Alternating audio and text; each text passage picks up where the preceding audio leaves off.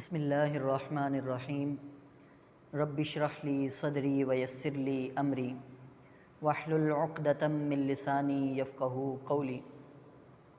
اللہ تبارک و تعالی نے قرآن مجید فرقان حمید میں مختلف انبیاء علیہم السلام کا تذکرہ فرمایا ہے، اور ان میں سے جناب یوسف علیہ السلام کا قصہ اللہ تبارک و تعالی نے بیان فرمایا، جس کا تذکرہ ہم آپ کے سامنے کر رہے ہیں۔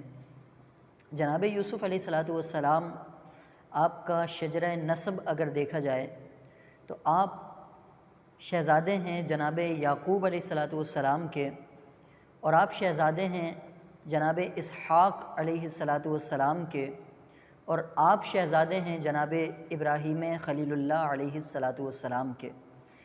تو آپ کے والد بھی نبی ہیں، آپ کے دادا بھی نبی ہیں، آپ کے پردادا بھی نبی ہیں۔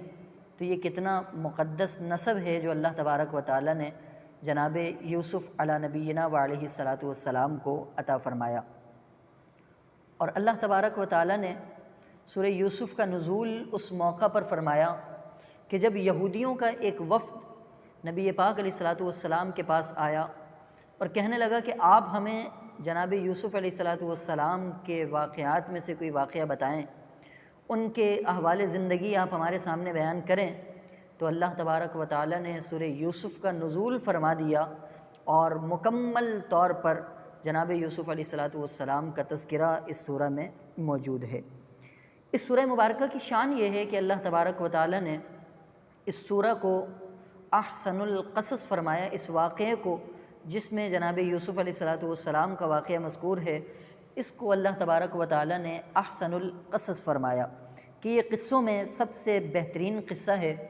جناب یوسف علیہ السلام نے ایک خواب دیکھا جس میں آپ یہ دیکھتے ہیں کہ 11 ستارے ہیں، ایک سورج ہے، ایک چاند ہے۔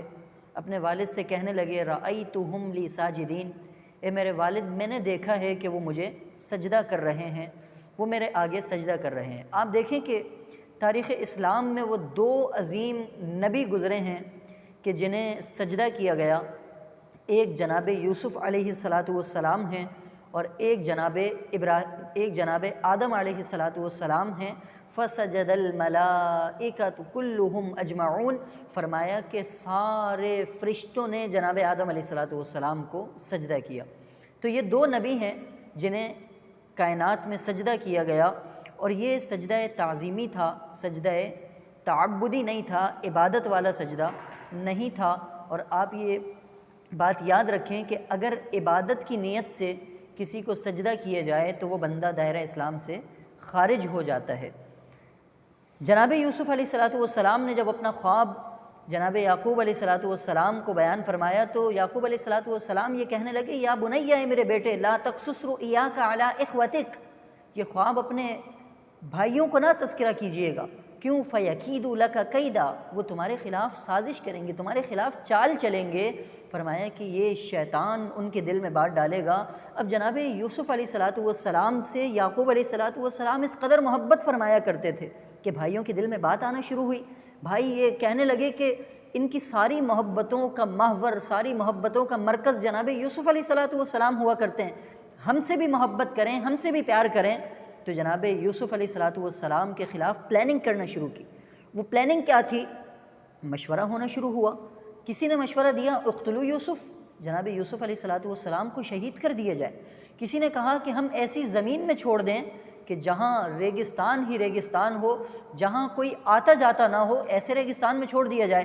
بالآخر ایک مشورہ یہ آیا، قال قائل منہم، کہنے والے نے کہا لا تقتلوا یوسف، جناب یوسف علیہ السلام کو شہید نہ کیا جائے، بلکہ وَأَلْقُوهُ فِي غَيَابَةِ الْجُبِّ، فرمایا کہ انہیں ایسے کنویں میں ڈال دیا جائے کہ جو بہت گہرا کنواں ہو۔ اب اس بات پر اتفاق کر لیا گیا۔ اب جناب یوسف علیہ السلام کو گھر سے لے کر کے کیسے جائیں، والد محترم سے اجازت کیسے لیں؟ تو بھائیوں نے اجازت لینا شروع کی۔ اس کا تذکرہ قرآن مجید فرقان حمید نے کیا کہ وہ بھائی کہنے لگے والد محترم، آپ جناب یوسف کو ہمارے ساتھ بھیجتے کیوں نہیں؟ جس طرح ہم باہر جاتے ہیں، میوے کھاتے ہیں، اسی طرح جناب یوسف علیہ السلام بھی جائیں۔ اور آپ یقین رکھیں وَإِنَّ لَهُ لَحَافِظُونَ، ہم ان کی حفاظت کریں گے، ہم جناب یوسف علیہ السلام کی نگہبانی کریں گے، آپ کل ہمارے ساتھ انہیں بھیج دیں۔ جناب یوسف علیہ السلام نے اندیشہ ظاہر کیا، جناب یعقوب علیہ السلام نے اندیشہ ظاہر کیا یوسف علیہ السلام کے بارے میں، فرمایا مجھے اس بات کا خوف ہے کہ کہیں انہیں بھیڑیا نہ کھا جائے۔ جب اندیشہ ظاہر ہو گیا کہ مجھے اس بات کا اندیشہ ہے، مجھے اس بات کا خوف ہے کہ میرے یوسف کو بھیڑیا کھا جائے گا، تو کہا نہیں، نحن عصبہ، ہم تو مضبوط جماعت ہیں، ہمارے ہوتے ہوئے ہمارے بھائی کو کوئی ہاتھ لگا لے۔ کہا ایسا تو ممکن نہیں ہے، تو جناب یوسف علیہ السلام کو جناب یعقوب علیہ السلام نے بھیج دیا۔ جب بھیج دیا تو اس کے بعد وہی عمل، اب جناب یوسف علیہ السلام کو لے کر کے جب والد کے سامنے سے رخصت ہو رہے ہیں تو بھائیوں کا عمل یہ ہے کندھے پہ بٹھا کر بڑی پیار محبت سے، بڑی شفقت سے جناب یوسف علیہ السلام کو لے جایا جا رہا ہے۔ جیسے ہی والد کی نظروں سے اوجھل ہوئے، جناب یوسف علیہ السلام کو زمین پر رکھ دیا گیا اور انہیں گھسیٹ کر کے لے جا رہے ہیں۔ اللہ اکبر! آپ یہ دیکھیں، ملاحظہ کریں کہ کس انداز سے ان کے بھائیوں نے جناب یوسف علیہ السلام کے ساتھ معاملہ کیا۔ انہیں گھسیٹ کر کے لے جا رہے ہیں اور انہیں پھر کنویں میں ڈال دیا گیا۔ جب جناب یوسف علیہ السلام کو کنویں میں ڈالا اور اللہ تبارک و تعالی نے جناب جبرائیل امین علیہ السلام کو بھیج دیا، انہوں نے بڑی محبت سے، بڑے پیار سے جناب یوسف علیہ السلام کو اپنے پروں میں لے کر کے اس کنویں میں رکھ دیا، بڑے پیار سے۔ اور قرآن نے کہا وَأَوْحَيْنَا إِلَيْهِ، ہم نے اس موقع پر جناب یوسف علیہ السلام پر وحی بھی کی۔ اب کنویں میں ڈال دیا بھائیوں نے، تو پھر جب شام میں اپنے گھر لوٹ کر کے آئے تو جناب یعقوب علیہ السلام کے سامنے رونے لگے۔ وَجَاءُوا آبَاهُمْ عِشَاءً يَبْكُونَ، قرآن یہ کہتا ہے کہ وہ روتے ہوئے آئے اور کہنے کیا لگے، یا ابانا، اے ہمارے والد، انا ذهبنا، ہم گئے تھے، نستبق، دوڑ لگا رہے تھے، وترکنا یوسف عند متاعنا، اور عند متاعنا کہ ہم نے جناب یوسف علیہ السلام کو اس سامان کے پاس رکھا تھا جو ہمارا تھا، فاکلہ الذئب، کہا کہ انہیں تو بھیڑیا کھا گیا۔ وما انت بمؤمن لنا، آپ ہماری تصدیق نہیں کریں گے، آپ ہمیں سچا نہیں مانیں گے۔ اور وہ ایویڈنس کے طور پر، دلیل کے طور پر جناب یوسف علیہ السلام کی قمیص بھی لے کر آئے۔ جناب یوسف علیہ السلام کی قمیص پر جھوٹا خون لگایا، جانور ذبح کیا، خون قمیص پر لگایا، اور وہ قمیض لے کر ایویڈنس کے طور پر، گواہ کے طور پر جناب یعقوب علیہ السلام کی خدمت میں پیش کر دیا۔